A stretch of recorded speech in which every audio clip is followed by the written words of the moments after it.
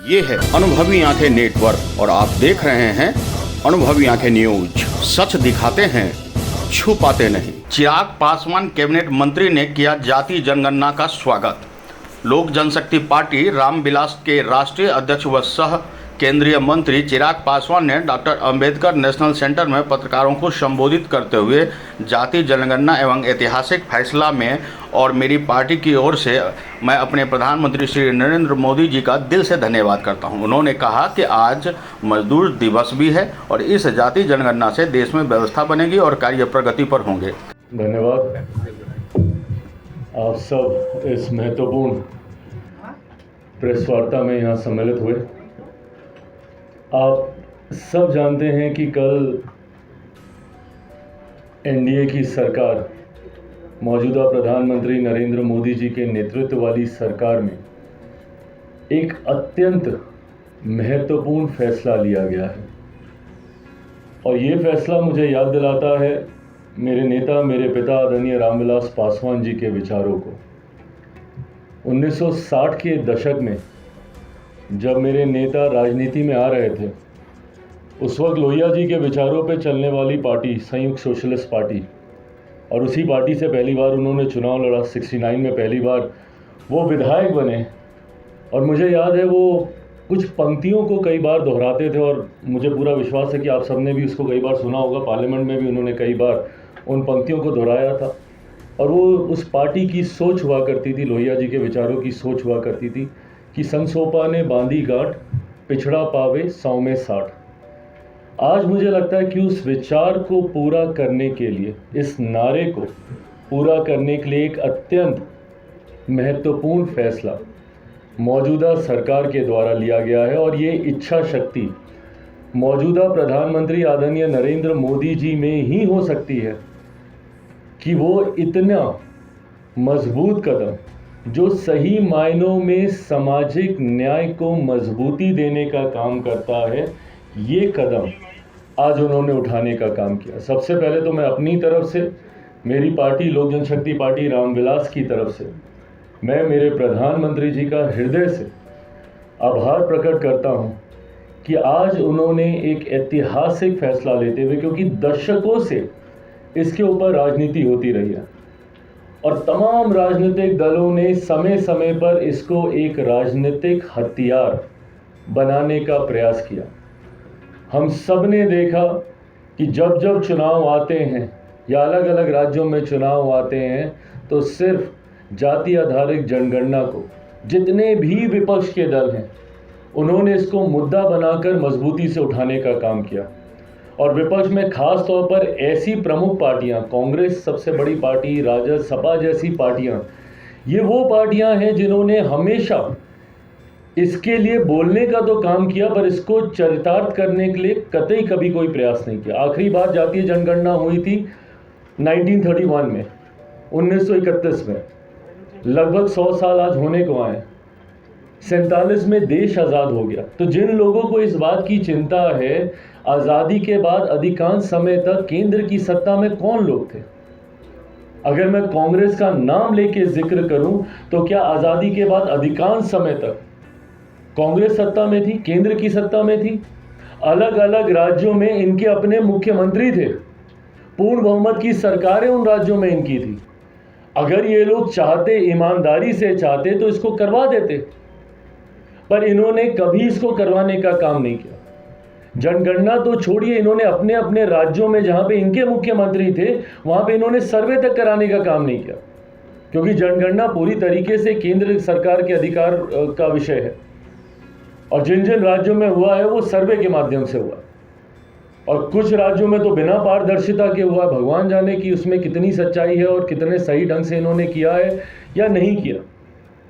पर अगर केंद्र में ये लोग चाहते लंबे समय तक, आज राहुल जी इस बात का श्रेय लेने की होड़ में लगे हुए हैं कि ये मेरे कहने पर, मेरे दबाव में, मैंने कहा तब केंद्र सरकार ने माना। अरे प्रभु, आप ही की सरकार थी केंद्र में लंबे समय तक। आपकी पार्टी के तो छोड़ दीजिए, आपके परिवार के 3-3 प्रधानमंत्री थे देश में। अगर आप इतनी ही शिद्दत से चाहते थे कि देश में जाति आधारित जनगणना हो तो इसको आप करवा लेते ना पहले। पर आपने इसको सिर्फ एक पॉलिटिकल वेपन की तरह इस्तेमाल करने का काम किया। जब जब चुनाव आते थे आपने इसको एक राजनीतिक हथियार बनाकर लोगों की भावनाओं को सिर्फ भड़काने का काम किया। और आज जब हमारी सरकार ने इस मांग को पूरा करने का काम किया, स्वाभाविक है इसमें हम लोग भी चाहते थे। और मुझे तो आज तो मैं कम से कम आप सबके सामने इस बात को सीना चौड़ा करके बोल तो सकता हूँ, क्योंकि कई बार आप लोग मुझे इसी बात पे घेरते थे कि अरे आपको और बीजेपी में मतभेद है, आप तो बोलते हैं जातीय आधारित जनगणना हो पर भाजपा नहीं चाहती, तो गठबंधन के भीतर ही दरारें हैं। कितने मंचों पर मुझसे ये सवाल पूछा गया। पर मैं मानता हूँ और मेरे प्रधानमंत्री आदरणीय नरेंद्र मोदी जी उचित समय पर उचित फैसला लेने के लिए जाने जाते हैं। और जो लोग आज इसको बोलते हैं, sorry I am taking all your questions in advance only because मुझे पता है कि ये सारे सवाल आप लोगों की तरफ से आएंगे, क्योंकि विपक्ष पिछले लगभग 24 घंटे से कम ही हुए हैं अभी इस फैसले को आए हुए, और इतने भ्रम फैलाने का कार्य कर रहा है कि चुनाव के दृष्टिकोण से ये फैसला लिया गया है। भैया एक राज्य में चुनाव, बिहार में एक राज्य में चुनाव में के लिए आप राष्ट्रीय स्तर पर जाति आधारित जनगणना का फैसला ले लेंगे। और अगर ये फैसला चुनावी दृष्टि से लेना ही होता तो हम लोग लोकसभा से पहले इस फैसले को लेते ना, लोकसभा चुनाव से पहले ये फैसला लिया गया होता। के अधिकार क्षेत्र का विषय सर्वे उन्होंने जरूर उस सरकार में कराया जिस सरकार का नेतृत्व मौजूदा मुख्यमंत्री नीतीश कुमार जी कर रहे थे। कल मैंने तस्वीरें उनकी देखी मिठाई खाते हुए, पटाखे जलाते हुए, और मुझे ताज्जुब इस बात का हुआ कि उनके पास 1.5 दशक से ज़्यादा का समय था जब वो चाहते और बहुत पहले इसको करा देते, और पहले जितना पहले कराते संभवतः उतना ज़्यादा लाभ अभी तक मेरे प्रदेश के लोगों को मिल गया होता। पर उस वक्त इन्होंने नहीं कराया जब इनके पास बहुमत था, जब इनके अपने मुख्यमंत्री थे, अपनी पार्टी के मुख्यमंत्री थे। जैसा मैंने कहा कि आज सिर्फ श्रेय लेने की होड़ है। तेलंगाना का आपने जिक्र किया, क्या हो गया? इंप्लीमेंट हो गया, उसको सिर्फ इन्होंने करा के रखा हुआ। मैं बार बार कहता हूं कि विपक्ष ने जाति आधारित जनगणना को सिर्फ और सिर्फ एक राजनीतिक हथियार की तरह इस्तेमाल करने का काम किया। इससे सही मायनों में सामाजिक न्याय हो या लोगों को इसका लाभ हो, इन्होंने कभी इस दृष्टि में या इस सोच के साथ इन्होंने नहीं किया। बट हाँ, आज जब मेरे प्रधानमंत्री ने फैसला ले लिया तो होड़ में सब लग गए। मुझे तो ताज्जुब है कि जो सरकार के लोग हैं, हम लोग विनम्रता से इस फैसले को बोलकर अपने आगे के काम पे हम लोग लगे हुए हैं, पर ये लोग मिठाई भी बांट रहे हैं, ये लोग पटाखे भी जला रहे हैं। क्या तुरंत ये लोग भूल जाते हैं कि देश में कितनी बड़ी घटना हुई थी? क्या ये मिठाइयाँ बांटने का समय है? ये वो फैसले ज़रूर हैं जो कि आपको समय समय पर देश निर्माण के लिए लेने की ज़रूरत है, समावेशी विकास के लिए आपको लेने की ज़रूरत है। देश तो चलेगा ही ना, तो ये फैसले ज़रूरी हैं। पर अभी 2 दिन पहले जो लोग सवाल उठा रहे थे कि प्रधानमंत्री आ रहे हैं, चुनावी सभा कर रहे हैं, तो कल जब आप मिठाइयाँ बांट रहे थे और पटाखे जला रहे थे, क्या आप उन परिवारों को 1 हफ्ते के भीतर ही भूल गए कि उनके ऊपर क्या बीती थी? तो इनके कहने, कथनी और करनी में बहुत फर्क है। उन्होंने आगे कहा कि विपक्षी पार्टियों पर आरोप लगाते हुए कि अब एनडीए सरकार और नरेंद्र मोदी जी से फैसला लिया है, तो जब से कांग्रेस और अन्य दल इस जातीय जनगणना फैसले पर अपनी वाहवाही लूट रही है। चिराग पासवान ने साफ शब्दों में कहा कि कांग्रेस पार्टी पर आरोप लगाकर कि अगर इन्हें जातीय जनगणना करने ही थी तो कई वर्ष सत्ता में रहने के बाद उन्होंने क्यों नहीं की, जातीय जनगणना क्यों नहीं कराई।